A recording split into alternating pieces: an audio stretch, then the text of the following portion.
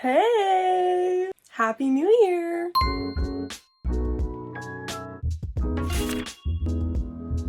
Hello. It's time to talk about what I read in December. So, in the month of December, I read a lot numbers-wise. I think my total was 1, 2, 3, 4, 5, 6, 7, 8, 9, 10, 11, 12. I read 12 books, although to be fair, several of them were short stories / novellas, and several of them were also audiobooks, but we will get into that in a second. You know, I like to start off these monthly wrap-ups with sharing my current fixation of the month was, you know, the thing I spent all my free time doing instead of reading. This month it was Stardew Valley, baby. Ooh. Stardew Valley is one of my favorite games ever, but it's been a long time since I've played it. I don't know, I was watching someone else play it on Twitch and I was like, time to whip out the old save file. So that is what I spent my month doing. No thoughts, just farm. Someone put that on a t-shirt. I just was having a great time. Yeah, before I go on to talk about my pixel crops for too long, let's just get started and I will tell you all the books I read. So starting off the month, I was filming a little reading vlog type of thing. If you haven't seen it, you can check it out if you so desire. I did a little Instagram poll, chooses my book type of thing. That book was The Guest List by Lucy Foley. This is a thriller. I've been really into thrillers these past couple of months if you have been keeping up. So yeah, I did a little poll, this one, and I did not like it at all. So basically this takes place on this remote island off the coast of Ireland. Everyone's there for this wedding and basically things just start happening. Everyone has a secret. Everyone is just like suspicious of one another. Each of these characters has a point of view in the book and you get to see their point of view. It was just too much for me. There were too many characters. I didn't care what was going on. I didn't care what they were doing. I didn't care who was trying to murder who. It was so boring. If it was not for that video, then I probably would have DNF'd this, honestly, because I just didn't care. I didn't love the writing. And I noticed this when I tried to read The Paris Apartment a couple months ago. I don't think I ever mentioned it because I didn't get very far, but it's just the same type of deal. There's just too many points of views. I got confused. Who was related to who was what. It was too much, so I gave it 2 stars. So that was kind of a terrible start to the month, but, you know, what can you do? It happens. After that, I decided to read a romance, take a little break from my Instagram book vlog thing, and I read Before I Let Go by Kennedy Ryan. This book just came out last month and I was so excited to read it because I love Kennedy Ryan. I love her writing. I always love her characters and this book was no exception. So the main trope of this book is it's basically a second chance romance about a divorced couple and they, you know, are obviously they're divorced. They had their struggles. They have kids. They have a business together. What are their names? Josiah and Yasmin. So yeah, that's basically the premise. It was beautiful. It was emotional. I don't know, there's not much to say about this. I did really enjoy it. I rated this 4.5 stars. It was a good one. It's been a while since I've read like a good emotional story, and this was it for sure. Next, I reread A Love Letter to Whiskey by Candy Steiner. So obviously, if you've seen my videos before, if you follow me on Instagram, if any of that, you know, this is one of my favorite books of all time. And I really wanted to reread it. And I wanted to read this edition because I had never read Jamie's point of view. If you didn't know, 5th anniversary edition of this book. So you get the normal story right there. But then the second half is all from the other character's point of view. I don't even know what to say. I just love this book. It is painful. Okay, another very emotional book, very frustrating. And I can confirm the second time around, just still as frustrating. It just, you know, the pain is worth it. I loved like the little bonus chapters to kind of see where they were in the future. It was just everything. 5 stars, of course. 5 million stars. So then I read a cute little holiday romance, and that was Love Light Farms by BK Borison. This is about Stella and Luca, her best friend. Friends to lovers, fake dating, holiday romance. I didn't love it all that much. I liked it, but the main character, Stella, she just frustrated me to no end. He wants to be with her, she wants to be with him, but she was like denying that. She's like, oh, he doesn't like me like that. He doesn't like me like that. Like, oh, like I've liked him for years in secret, but he doesn't like me like that. And I just wanted to like slap her and be like, girl, wake up. And she's like, oh, he's only doing this because of our agreement. Oh, this, and that. And I'm just like, are you delusional? It was very frustrating at times, but you know, it was still enjoyable. It was just kind of like a mindless book. Then when it was over, I was like, great. I gave this 3 stars. It was fine. Another thriller, baby. I read Rock, Paper, Scissors by Alice Feeney. Boy, oh boy. This is about a married couple. What do you know? They just so happen to win a weekend away in Scotland. The wife, Amelia, was like, this is perfect, we can get away, like, this is great. My husband, he's always working, he, like, doesn't pay attention to me anymore, blah, blah, blah, blah, blah. They go away during this big old snowstorm, and things just start getting wild, you know, things get weird. They have their dog along with them. They're staying in this old chapel. This author is so smart in the way that she wrote this. I don't know, I really don't want to say much because I don't want to spoil anything or hint at anything. You think one thing the whole time and then you just get bamboozled. It was really good. It did not disappoint. I gave this 4 stars. This was really good. If you like thrillers, or even if you don't and you want to try one out, this, very good.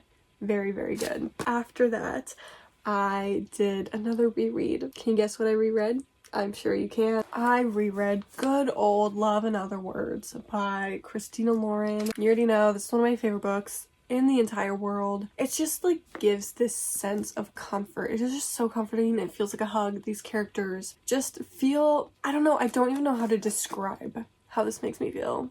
But a lot of people love it, so I'm sure you can relate. Macy and Elliot are just everything. No one does it like Macy and Elliot. Just like the best second chance romance I've ever read. It's incredible. You all know what this is about, but if you didn't, childhood friends to lovers, second chance, past and present timeline. Incredible. 5 stars, of course. I'm so glad that I was able to reread this month. It really hit the spot. Like, this book just like hits like no other. Love it. So after that, I read another little Christmas book, and that was The Christmas Blanket by Candy Steiner. This was like a little novella, like 150 pages, I want to say. But this is another second chance romance. It is about a girl. Oh no, what was her name? So this is about Eliza and River. Basically, Eliza comes back into her hometown. She's coming back home to visit her parents for the holidays. They live in Vermont. There's a snowstorm. Homegirl gets stuck right by her ex-husband's house. What do you know? So basically she gets stuck. There's nowhere to go, so she ends up staying with him in his house while they're waiting for the storm to pass. And obviously it's full of tension. They didn't really end on good terms, but you know how second chance romances go. They go from hating each other to not hating each other. But yeah, it was cute. Like I said, very short and sweet. Love Candy Steiner's writing. 4 stars. After that, another thriller, and that is Local Woman Missing by Mary Kubica. Let me tell you, this book was so good. It was so good. Basically, 11 years ago, this girl goes missing, right? A week later, this other girl and her daughter both go missing. So it's like 3 missing people all in this small town. There's like no crime ever in the small town, so people are like, what's going on? Like, what's the connection? 11 years later, the little girl who was kidnapped comes back. That's really all I want to say, because again, I don't want to give anything away with this. This one also has multiple points of views, but it was done in a way where it was just so good. But I don't know, it was just written so well. Just loved it. If you like those suburban dramas, or you know, that kind of mystery thriller, I highly recommend. Plot twist, the ending, I could not predict what was going on. I would have never guessed. Oh man, it's just so good. I highly, highly, highly recommend. Again, if you're looking for a thriller, I gave this 5 stars. Check it out. All right, we are getting down to the last few. I picked up Tell Me Lies. What can I say about this book? Well, it's about Lucy and Steven. They meet in college. They form this very toxic relationship. You know, it's very on again, off again. And then several years later, they reunite because of a friend's wedding. Basically, this is literally just like about these two characters and their relationship. There's not too much plot. It's really like character focused. You get both of their points of views. I don't know how I feel about this. What even happened in this book? I don't know. The characters were just Steven was just a dick, and I just hated reading his point of view. And like, that's obviously the point. Like, he's supposed to be unlikable. He's supposed to be toxic. He's supposed to be manipulative. And, you know, he definitely was. The author did a great job of, you know, writing that. I did not like reading that. You know, I don't have a problem with books about, like, toxic couples, obviously. I just talked about Love Letter to Whiskey.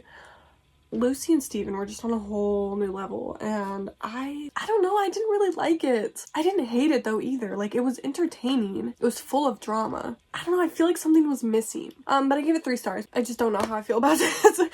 So after that, I read another little short story, and that was Birthday Kisses by Monica Murphy. It is a little short story about Crew and Ren from A Million Kisses in Your Lifetime, which was one of my favorite books from this year. So it was great to see them again. It was literally just like 50 pages. You know, they have a baby. It's just like very cute. You know, Ren's birthday is on Christmas, and so that was really sweet. It was cute. It was really nothing crazy. But you know, it's always nice to read more about your favorite characters, and it was cute. I gave it 3 stars. And then last novella, Christmas in Quincy by Devney Perry. This is the little prequel to the Eden series, which I'm so excited to, you know, continue on and read that series. But yeah, this is just about 2 characters who are visiting the town of Quincy, which, you know, I assume is where the series takes place. They're not like from there. They're not involved with the family or anything, but they're just there visiting. It's a nice little intro to the town,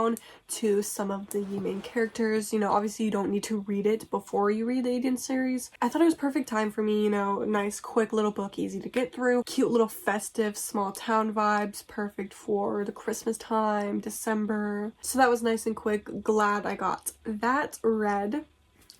The final book that I actually completed in the month of December was Letters to Molly, again by Devney Perry. This is book 2 in the Mason Jar series. I think it's actually the last book. There's only 2 books in this series, but they are great. This is about Molly and Finn. It's another second chance romance. You kind of get introduced to them and a little bit of their background in first book, which is The Birthday List. You know, now that I think about it, this and Before I Let Go by Kennedy Ryan are very, very, very similar. Divorced couple. They owned a company together, like very, very similar.